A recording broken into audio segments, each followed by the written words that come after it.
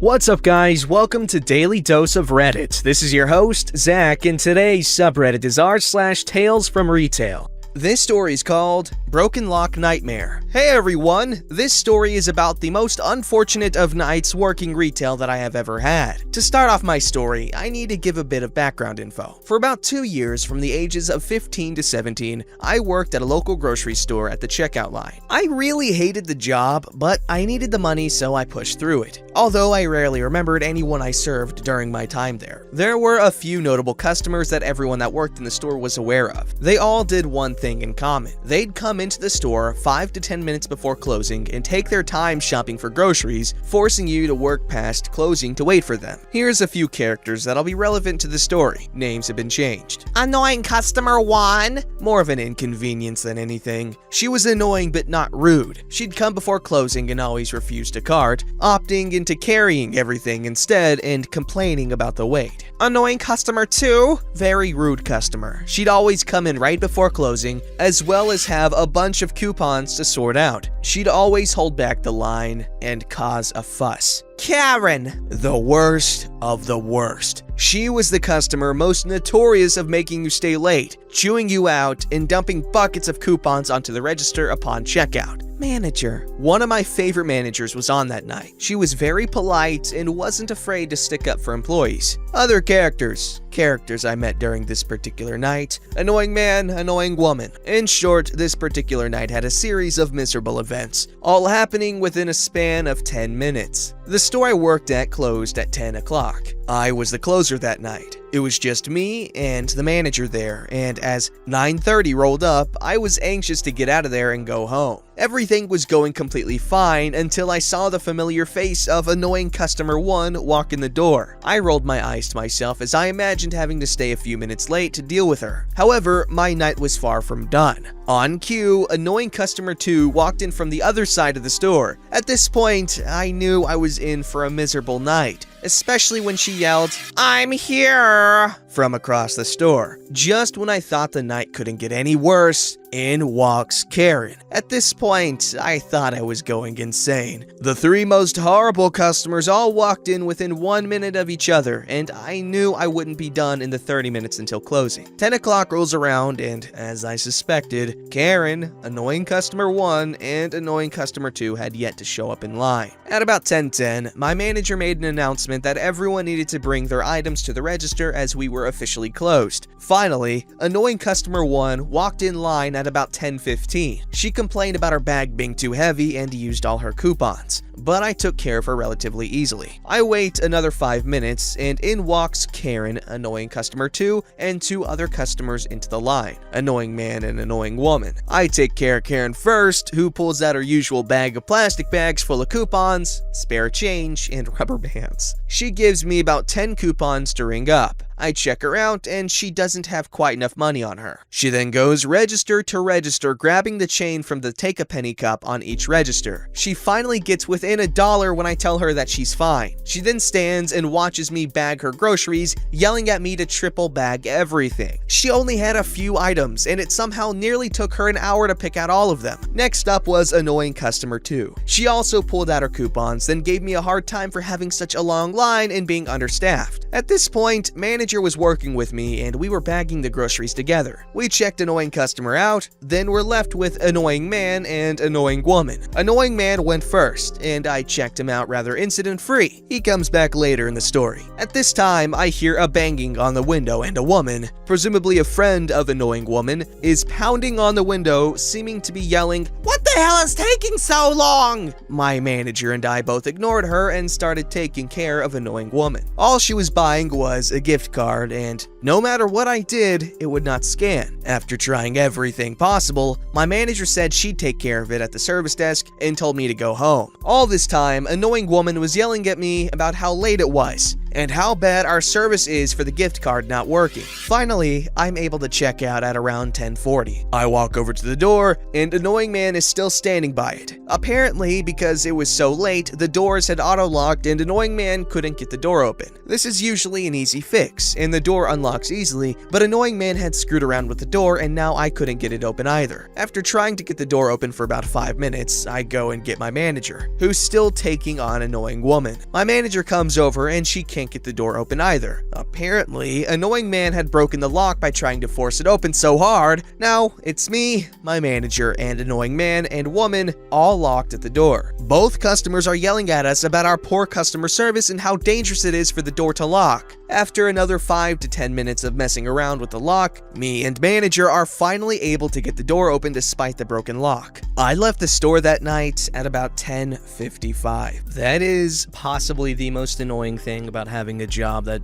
relies on customers. Actually, now that I think about it, that's never really been a problem for me. The problem for me was people relieving me on time. Because at the hotel, you can't just leave the desk unabandoned. You know, if it's your time to get off, you gotta wait until someone relieves you. And I have been relieved an hour later more times than I have been relieved on time. Because my dad was the one who usually relieved me. So he didn't like to wake up on time. So he's like, oh, you know, it's my son, so I can exploit him for free labor because I don't get paid for that extra hour. I've had the most crappy coworkers. I'm so glad I'm out of it now. But yeah, this is definitely quite equivalent to that. So annoying.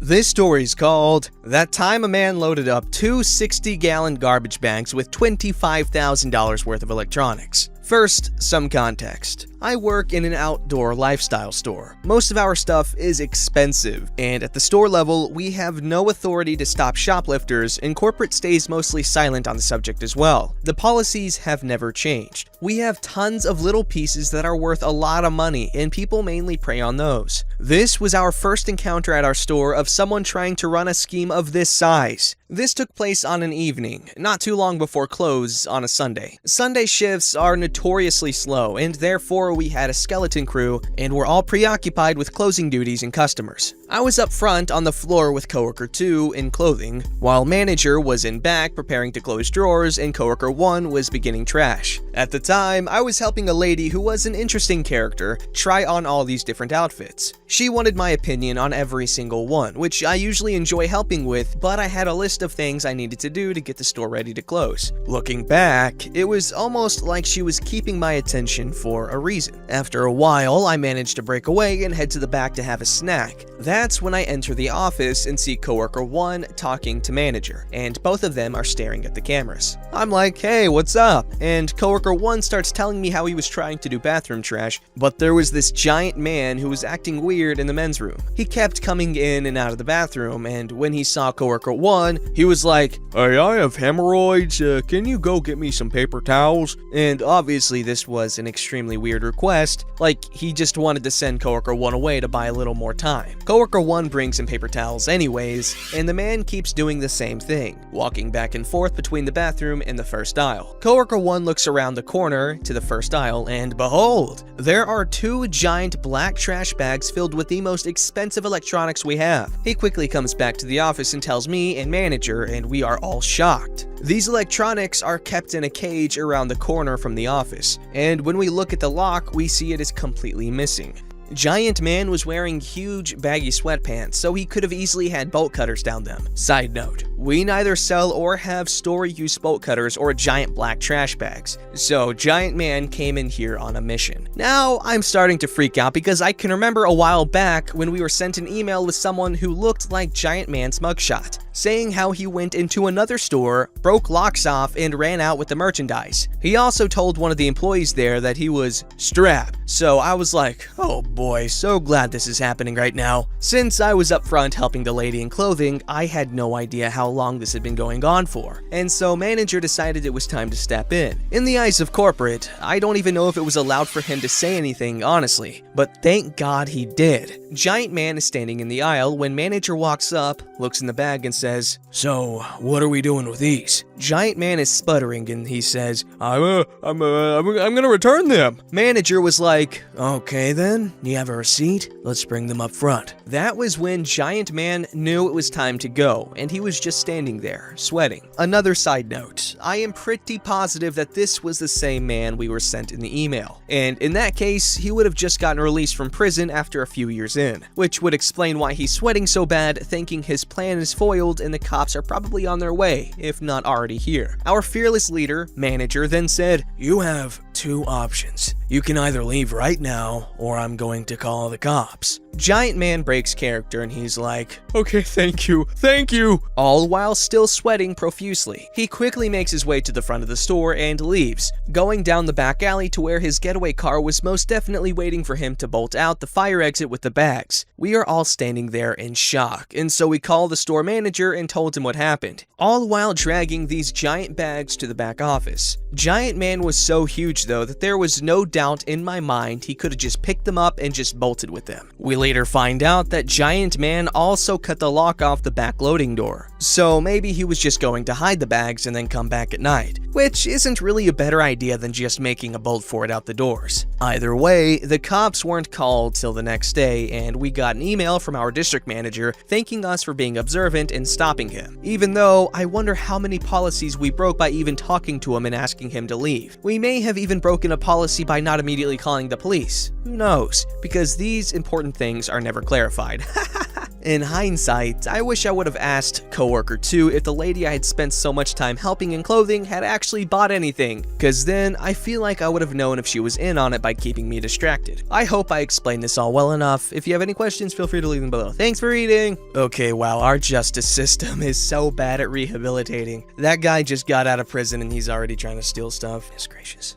This story is called Guy Comes Into Store Complaining of a Heart Attack, Then Leaves in His Car. So I work at a convenience store gas station. The backstory here. This guy comes into the store asking us to call 911, hour before my shift was about to end, and my shift manager is standing next to me at the time this happened when he came in along with one other customer in the store. I called 911. So while I am on the phone with 911, he begins to put his hand in his shirt, both top and bottom, but he was also shaking at the time. At this point, we get a chair for him to sit down on. Just to get him calmed down, I'm explaining to the 911 person on the phone, here's what transpired. Here's the cast that I'm not gonna do the voices for, holy crap. I need an ambulance to blank blank street. Okay, how old is this guy? At this point, I ask him for his age, name, and all that. Fast forward to 2 minutes later, I am still on the phone and the fire whistle goes off. We are maybe about a quarter mile from the fire station. He then proceeds to stand up and is just going up and down in his seat. At this point, he stands up and goes to our bathroom. I was just kinda confused at this point, wondering why he was going to the bathroom. Shift manager asks, where'd he go? Me and customers say, he just went into the bathroom.